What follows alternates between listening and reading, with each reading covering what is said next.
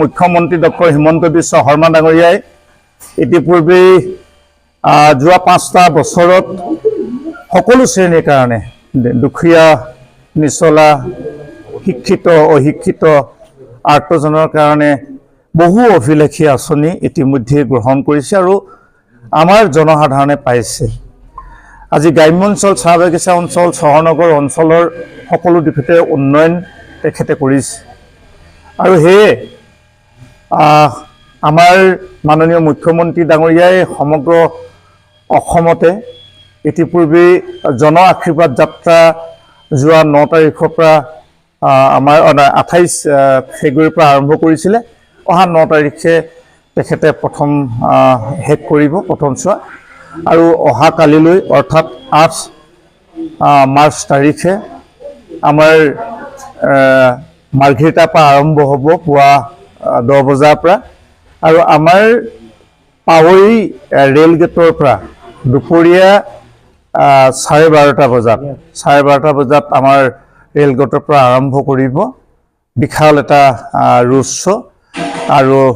তাতেই আমাৰ বিভিন্ন জনক দুখীয়া নিচলা যিসকল দিন দৰিদ্ৰ সকলো জনসাধাৰণক তেখেতে লগ কৰি ৰাইজৰ পৰা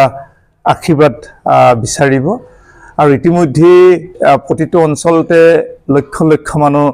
আহি তেখেতক সং দিছে আশীৰ্বাদ দিছে শুভেচ্ছা জনাইছে যে অহা দিনবিলাকত আমাৰ খিলঞ্জীয়া বৈধ ভাৰতীয়ৰ কাৰণে আমাৰ ভূমিপুত্ৰসকলৰ কাৰণে অসমখনৰ কাৰণে কাম কৰিবৰ কাৰণে তেখেতক উৎসাহ আৰু যাতে তেখেতক সাহস আৰু প্ৰেৰণা দিয়ে তাৰ কাৰণে আৰু আমি প্ৰায় 1.5 মাহ পাছতে আমাৰ নিৰ্বাচন আছে আৰু এই নিৰ্বাচনত অসমত দ্বিতীয়বাৰৰ কাৰণে মাননীয় মুখ্যমন্ত্ৰী ডক্টৰ হিমন্ত বিশ্ব শৰ্মা ডাঙৰীয়াই তেখেতে পুনৰ মুখ্যমন্ত্ৰী আসনত অধিষ্ঠিত হ'ব।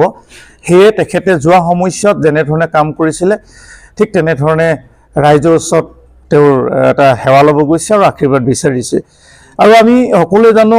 মাননীয় মুখ্যমন্ত্ৰী ডক্টৰ হিমন্ত বিশ্ব শৰ্মা ডাঙৰীয়া তেনেই সাধাৰণ ঘৰৰ এজন ব্যক্তি সাধাৰণভাৱে থকা এজন ব্যক্তি আৰু সাধাৰণ কথাবিলাক তেওঁ খুবেই হৃদয়ংগম কৰে। সেয়ে আমাৰ দুখীয়া নিচলা কথাখিনি একেবাৰে ওচৰৰ পৰা তেওঁ আচলতে চাবৰ কাৰণে বা আলোচনা কৰিবৰ কাৰণে ইতিপূৰ্বে যোৱা 5টা বছৰ ঘূৰিছে। সেয়ে জনসাধাৰণৰ মনৰ কথা জনসাধাৰণৰ সমস্যাখিনিক তেখেতে বুজ ল'বৰ কাৰণেও আৰু আশীৰ্বাদ ল'বৰ কাৰণেও আমাৰ ডিগবৈ সমষ্টিটোত আমাৰ ঠিক 12:30 পৰা প্ৰায় আমাক 3 ঘণ্টা সময় দিছে আমাৰ হাউচিং এৰিয়ালৈকে আমাৰ বৰহাবজান গাঁও পঞ্চায়তৰ অন্তৰ্গত আমাৰ 12:30 বজাত পাবহি গোলাই পাৱৈ 1 বজাত পাব গোলাই ঠিক 1:30 বজাত পাব ডিগবৈ চহৰ বগাপনিত পাবহি প্ৰায় 2টামান বজাত টেঙৰাই বজাৰত 3টামান বজাত প্ৰায় 4টামান বজাত আমাৰ খাৰজানপুৰ হৈ তেখেতে মাকুমলৈ ঘূৰি যাব। গতিকে এই সমস্যাত জনসাধাৰণে সকলোৱে যাতে মাননীয় মুখ্যমন্ত্ৰী ডাঙৰীয়াক আশীৰ্বাদ দিবৰ কাৰণে সকলোৱে ওলাই আহে তেখেতক সাহস আৰু শক্তি দিবৰ কাৰণে আৰু আমাৰ ভাৰতীয় জনতা পাৰ্টীৰ যিসকল কাৰ্যকৰ্তা যিসকল শুভাকাংক্ষী ইতিমধ্যেই দিন ৰাত ডেকাকাৰ কৰি সম্পূৰ্ণ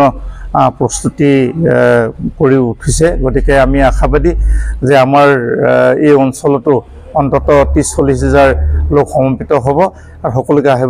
আহিবৰ কাৰণে মই আহ্বান জনাইছোঁ আৰু আমি আশা ৰাখিছোঁ অহা দিনবিলাকত ডিগবৈ সমষ্টিটোৰ পৰা অতি কমেও আমি 50,000 ভোটৰ ব্যৱধানত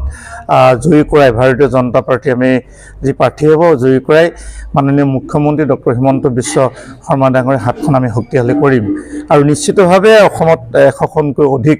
ভাৰতীয় জনতা পাৰ্টী আৰু মিত্ৰ দলৰ যিসকল মানে আসন আছে তেখেতসকলে জয়ী হ'ব আৰু আমি ডিগবৈৰ পৰা আকৌ পুনৰ কৈছোঁ আমি সকলো অঞ্চলতে একেবাৰে বুঢ়ীদিহিং ডিগবৈ টেঙৰাই অঞ্চলটোত যথেষ্ট উৎসাহিত হৈছে ৰাইজ ভোট দিবৰ কাৰণে তেওঁলোকে প্ৰস্তুত আৰু বহু ভোটৰ ব্যৱধানত জয়ী কৰাব। এইখিনি মুখ্যমন্ত্ৰী ডাঙৰীয়াই আমাৰ পাৱৈ ৰেলগেটৰ পৰা 12:30 বজাত জন আশীৰ্বাদ যাত্ৰা যিটো আৰম্ভ কৰিব আৰু তেখেত ঠিক মানে 1:30টামান বজাত যেতিয়া ডিগবৈ আমাৰ CRP কেম্পাছৰ কাষ পাবহি মানে পাঞ্জাৱ নেশ্যনেল বেংকৰ কাষত আমাৰ খুব সুন্দৰকৈ আমাৰ সতী সাধনীৰ এটি প্ৰতিমূৰ্তি নিৰ্মাণ কৰা হৈছে। সতী সাধনী নিৰ্মাণ সমিতিয়ে খুব সুন্দৰকৈ এতিয়ালৈকে মুকলি কৰা নাই। গতিকে সমিতিও আহ্বান জনাইছে আৰু তেওঁলোকক আহ্বানৰ প্ৰতি সন্মান জনাই অহাকালিলৈ মাননীয় মুখ্যমন্ত্ৰী ডাঙৰীয়াই সতী সাধনীৰ প্ৰতিমূৰ্তিটি আনুষ্ঠানিকভাৱে ৰাইজৰ কাৰণে মুকলি কৰিব। গতিকে সেই অনুষ্ঠানটো উপস্থিত থাকিবৰ কাৰণে মই সকলো জাতি ধৰ্ম নিৰ্বিশেষে সকলোৱে যাতে তাত অংশগ্ৰহণ কৰে, তাত উপস্থিত থাকে আৰু প্ৰতিমূৰ্তিটো মুকলি কৰাত সহযোগ কৰে, শুভেচ্ছা জনাই তাৰ কাৰণে মই সকলোকে আহ্বান জনাইছোঁ।